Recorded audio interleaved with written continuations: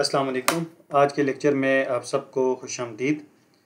आज जो बेसिकली हमारा टॉपिक है वो कुज़नेट हाइपोथेसिस या इसी को कज़नेट इन्वर्टेड यू हाइपोथेसिस भी कहते हैं।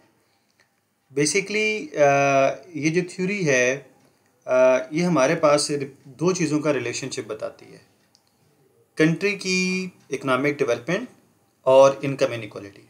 इन दोनों का ये आपस में रिलेशनशिप बताती है और इसी को हम कज़नेट या कुज़नेट इन्वर्टेड यू हाइपोथेसिस बोलते हैं। यू हाइपोथेसिस क्यों बोलते हैं कि अगर आप इसकी शेप पे देखें ना तो ये इन्वर्टेड यू शेप बना हुआ है। अब ये साइमन कुज़नेट ने रिप्रेजेंट किया था इन 1950s एंड 1960s में। अब ये रिलेशनशिप बताता है किसी भी कंट्री की इकनॉमिक डेवलपमेंट का और उस कंट्री में इनकम इनइक्वालिटी का। बेसिकली इस ग्राफ के अंदर ये जो कर्व है इसमें 3 स्टेजेस हैं। इन तीनों स्टेजेस को हम वन बाय वन डिस्कस करेंगे, लेकिन उससे पहले जो इसका सिंपल सा इंट्रोडक्शन था वो यही है कि ये एक कर्व है जो कि रिलेशनशिप बताता है किसी भी कंट्री की इकनॉमिक डेवलपमेंट और उस कंट्री में मौजूद इनकम इनइक्वालिटी को। तो ये इन दोनों चीज़ों के रिलेशनशिप को ये बताता है। अब इस ग्राफ के अंदर जो 3 स्टेजेस हैं इनको हम वन बाय वन डिस्कस करते हैं। इसमें जो पहली स्टेज है वो यहाँ से यहाँ तक है, इसको हम स्टेज 1 कह लेते हैं या हम इसको पॉइंट डिनोट कर देते हैं फ्रॉम A to B। और ये वाली जो स्टेज है बी वाली, इसको हम कहते हैं कि ये पीक स्टेज है, ठीक है। उसके बाद अगर हम देखें तो ये दोबारा डाउनवर्ड ट्रेंड आ रहा है आफ्टर बी। तो 3 स्टेजेस हैं, ये पहले initial, then A to B ये पीक स्टेज आ गई और उसके बाद ये वाली स्टेज आ गई। तो 3 स्टेजेस हैं इस ग्राफ के अंदर। तो अब हम वन बाय वन हर एक स्टेज को डिस्कस करते हैं कि ये इनिशियल स्टेज में क्या हो रहा है, जहाँ पे ये लिखा हुआ है डेवलपिंग इकोनॉमीज़, फिर टर्निंग पॉइंट क्या होता है और डेवलप्ड इकोनॉमीज़ क्या होता है।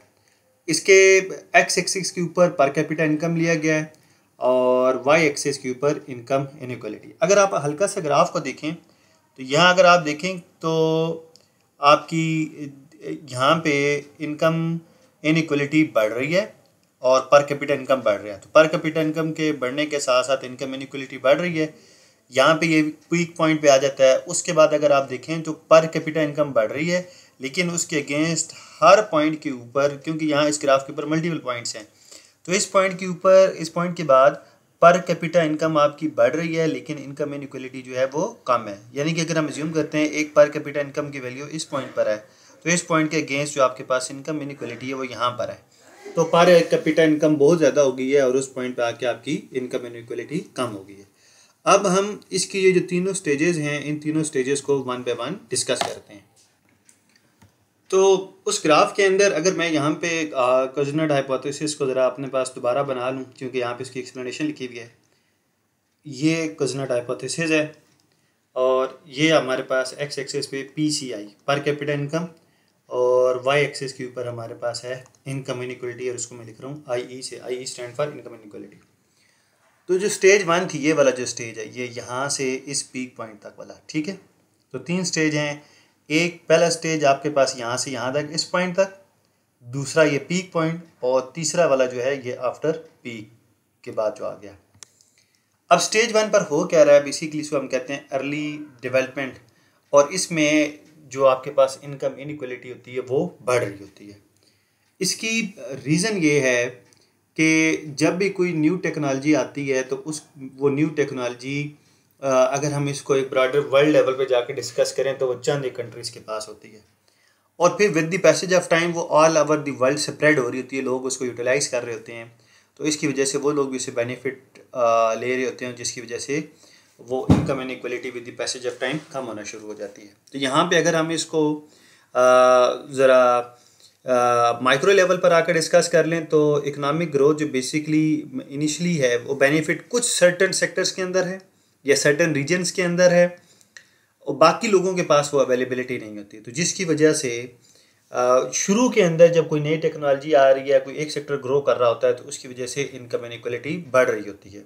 अब यहाँ पर अगर आप देखें तो जैसे कि हम देखते हैं कि एग्रीकल्चर सेक्टर से जब लोग मूव करते हैं इंडस्ट्रियल सेक्टर की तरफ, तो उससे रूरल अर्बन माइग्रेशन काज होती है। अब रूरल अर्बन माइग्रेशन की वजह से क्या होता है कि अर्बन सेक्टर के अंदर चूँकि वेजेस ऑलरेडी हाई होती हैं, वहाँ इंडस्ट्रीज़ होती हैं, वहाँ पे इकनॉमिक ग्रोथ फास्टर होती है as compare to the agriculture sector.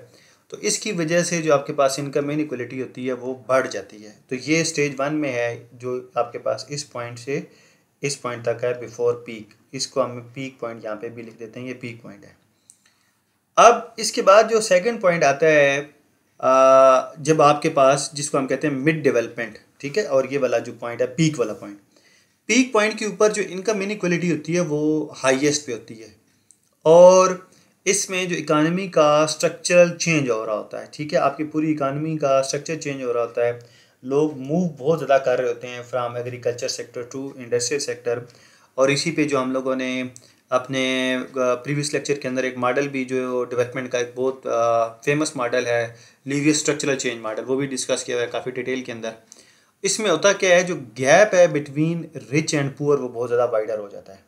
वो मैक्सिमम पॉइंट पे होता है, ये वाला पॉइंट है। इस पॉइंट पे अगर आप देखें ना, तो इस पॉइंट के ऊपर पर कैपिटा इनकम और इनकम इनइक्वलिटी में गैप सबसे ज़्यादा है, जिसकी वजह से इस पॉइंट के ऊपर या किसी भी कंट्री में यहाँ पे इनकम इनइक्वलिटी सबसे ज़्यादा होगी। अब इस पॉइंट के बाद चूँकि वो टेक्नोलॉजी या वो सारी चीज़ें बाकी तमाम सेक्टर्स तक भी पहुँच चुकी होती हैं, बाकी तमाम सेक्टर भी उससे एडवांटेज हासिल कर रहे होते हैं, तो इसकी वजह से जो इनकम इनइक्वलिटी है वो कम हो रही होती है। ये यहाँ पे लिखा हुआ भी है कि वाइड स्प्रेड ऑफ एजुकेशन होता है, बेटर टेक्नोलॉजी हर सेक्टर के अंदर आ रही होती है, गवर्नमेंट इंटरवेंशन हो रही होती है, सोशल पॉलिसीज़ बन रही होती हैं। तो इसकी वजह से फिर यहाँ इस पीक पॉइंट के बाद यहाँ पे इनकम इनइक्वलिटी आपकी कम हो रही होती है। तो ये कुज़नेट हाइपोथेसिस या कुज़नेट इन्वर्टेड यू शेप था, जिसमें 3 स्टेजेस होती हैं। जो पहली स्टेज है इनिशियल वाली स्टेज, इसके अंदर सोसाइटी के या कंट्री के या वर्ल्ड की अगर बात करें तो चंद एक कंट्रीज बेनिफिट ले रही होते हैं और उसकी वजह से इनकम इनइक्वलिटी बढ़ रही होती है पर कैपिटा इनकम के बढ़ने की वजह से। फिर एक ऐसा पॉइंट आता है जब इनकम इनइक्वलिटी पीक लेवल पर पहुंच जाती है और उसके बाद चूँकि एजुकेशन या वो टेक्नोलॉजी पूरी दुनिया उसको यूज़ कर रही होती है, तो इस वजह से हर कंट्री ग्रो कर रहा होता है, तो इसकी वजह से फिर इनकम इनइक्वलिटी कम होना शुरू हो जाती है। तो ये आज का हमारा लेक्चर था कुज़नेट हाइपोथेसिस के ऊपर। तो अगर इसके हवाले से आपका कोई भी क्वेश्चन हो तो आप कमेंट सेक्शन में पूछ सकते हैं।